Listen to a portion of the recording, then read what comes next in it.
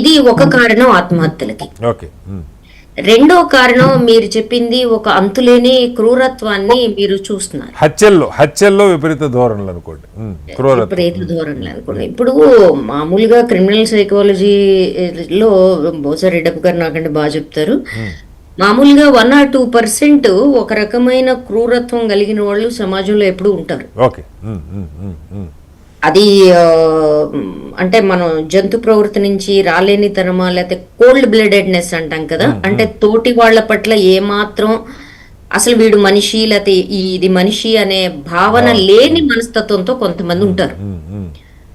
ఆ మనస్తత్వం ఎందుకు ఏర్పడుతుంది, మళ్ళీ ఆ కారణాలు చాలా లోతుగా వెళ్ళాల్సి, కానీ అట్లా ఉంటారు అనేది మనం ముందు ఒక వాస్తవాన్ని అంగీకరించి, ఇట్లా ఉన్నవాళ్ళు మామూలుగా సమాజం సాధారణంగా సాగిపోతున్నప్పుడు సమాజంలో మిగిలిన 98% జనం సాదాసీదాగాను ప్రశాంతంగాను ప్రేమగాను ఉంటున్నప్పుడు వీళ్ళ లక్షణాలు ఫ్లేరప్ కావు.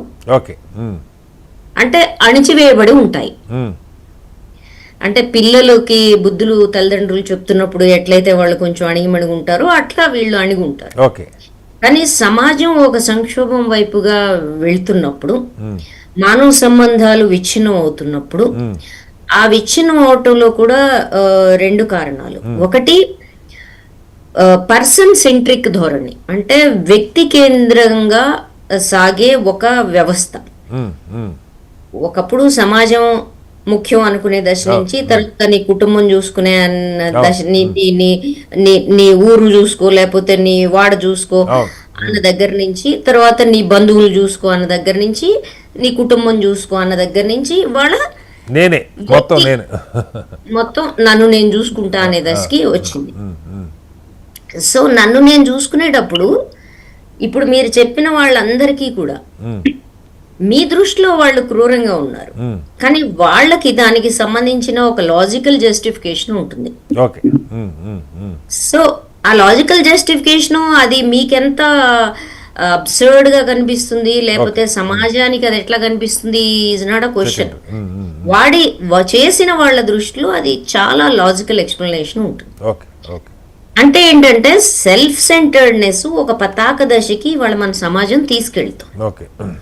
ఈ పతాక దశకు తీసుకెళ్లడంలో నేను మీకు రిపీటెడ్ గా చెప్పదలుచుకున్నాను, మనిషి జంతువు నుంచి మనిషి దశకి రావడానికి మనం చాలా లక్షణాలని నేర్చుకున్నాం. ఈ ప్రేమ గాని, మేటింగ్ కాకుండా ఉండే ప్రేమ గాని, స్త్రీ పురుషుల మధ్య, జంతువుల మధ్య ఉండేది మేటింగ్.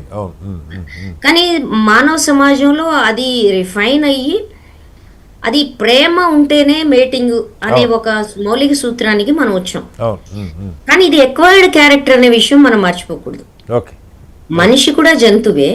మనం సామాజిక సంబంధాలు నియమాల నుంచి అట్లాగే వ్యక్తిగత సంబంధాల్లో కుటుంబ సంబంధాల్లో వచ్చే పరిణితి కొద్దీ మనం అనేకమైన వ్యవహారాల్ని, మర్యాదల్ని, ప్రేమల్ని, గౌరవాల్ని, ఆప్యాయతల్ని, అనుబంధాలని మనం నేర్చుకున్నాం.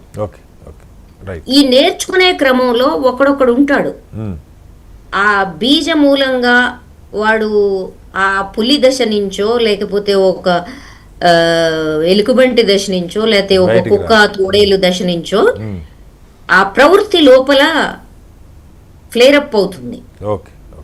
ఎందుకు ఫ్లేరప్ అవుతుంది? మీరు మన వ్యాంపైర్ ఫిల్మ్స్ లో ఉన్నట్టు అమావాస్యకో పూర్ణం నాటికో ఫ్లేరప్ అవడం కాదు.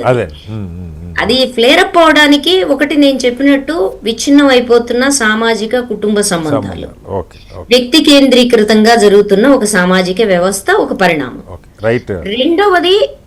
రెండవది ఈ జనరేషన్ జీ ఏదైతే ఉందో, జెన్జీ, అసలు వీళ్ళకి మానవ సంబంధాల నుంచి వాళ్ళు పుట్టుకతోనే దూరం అవుతున్నారు. వాళ్ళకి మనుషుల మీద కంటే, నేను I was reading about Japanese youth, టెక్నాలజీలో వాళ్ళు చాలా ముందు ఉంటారు. They are having AI girl friends now. అంటే వాళ్ళకి ఒక ఆర్టిఫిషియల్ గర్ల్ ఫ్రెండ్ వాళ్ళ ల్యాప్టాప్ లో ఉంటుంది. They don't want to have a real blood and flesh girl friend. ఎందుకని వెళ్ళిపోయారు ఆ దశకి? అంటే they don't want to take any risk. Okay మానవ సంబంధాల్లో రిస్క్ ఉంటుంది. ఓకే ఆ రిస్క్ తీసుకోవడం ద్వారా వచ్చే పరిణామాలు లేకపోతే బాధ, ఇప్పుడు ప్రేమ కూడా ఒక బాధే కదా. మన కవి మనసు కవి ఆత్రేయ మరుపురాని బాధ కన్నా మధురమే లేదోయి అంటాడు. అట్లాగా ప్రేమ కూడా ఒక బాధే కదా. రైట్ అది ప్రేమ కొనసాగినా ఒక బాధే, ప్రేమ విఫలమైనా ఒక బాధే. కాబట్టి ఆ బాధను స్వీకరించడానికి వాళ్ళు సిద్ధంగా లేరు. మొదటి ఈ విషయం మనం గమనించాలి. జన్జీ ఏదైతే ఉందో, లేదు ఆఫ్టర్ 95 సాంకేతిక విస్ఫోటనం తర్వాత పుట్టిన జనరేషన్ ఏదైతే ఉందో, వాళ్ళకి వాళ్ళ లోపల ఉండే ఎమోషన్స్ తో, మానవ స్పర్శతో సంబంధం లేని వాళ్ళుగా మనం పెంచుతున్నాం. వాళ్ళు తయారవుతున్నారు. అట్లా మనం పెంచుతున్నామా, కావాలని చేస్తున్నామా, అదంతా ఇంకో చర్చ. కానీ అట్లా ఉన్నారు. రైట్, మళ్ళీ వస్తాను దేవి గారు, ఒక్కసారి మళ్ళీ వస్తాను, ఎందుకంటే చాలా పెద్ద సబ్జెక్టు. ఒకసారి రెడ్డప్ప గారు మీరు విన్నారంటే ఇక్కడ దేవి గారు రెండు అంశాలు, తగ్గిపోతున్న సామాజిక సంబంధాలు, రెండు వ్యక్తి కేంద్రంగా ఆ స్వభావం తయారు కావటం, ఈ రెండు బ్రాడ్గా తను ఐడెంటిఫై చేసినటువంటి అంశాలు. అయితే ఈ విపరీత ధోరణులు, ఇప్పుడు చంపటం, ఇప్పుడు ఒకప్పుడు తల్లికి అక్రమ సంబంధం ఉందనో లేదా భార్యకో చెల్లెలకో ఎవరితో అక్రమ సంబంధం వాడిని చంపేవాళ్ళు. ఇప్పుడు అది కాదు, వీడు ఒక అక్రమ సంబంధం లేదా ఈమె ఒక అక్రమ సంబంధం పెట్టుకొని దీన్ని కాపాడుకోవటానికి భర్తనో లేకపోతే తండ్రినో ఎవరినో చంపే స్వభావానికి వెళ్ళిపోతున్నారు.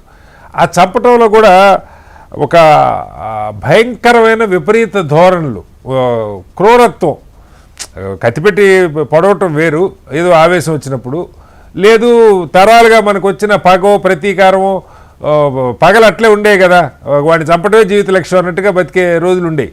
అలా కాకుండా చాలా తొందరగా ఆ దశకి రావటం, విపరీత ధోరణులు, వీటిని అంటే అసలు కారణాలు ఏమై ఉంటాయి మీ అనుభవంలో? ఒకటి దేవి గారు చెప్పింది నేను ఏకీభవిస్తాను. కాకపోతే ఈ మధ్య కాలంలో ఇవి పెట్టరైపోవడానికి, ఎక్కువ కావడానికి అనేక కారణాలు ఉన్నాయి. ఒకటి ఏమిటంటే ఎథిక్స్, మారల్స్ ఇవి లేకపోవడం, త్వరబడిపోయినాయి.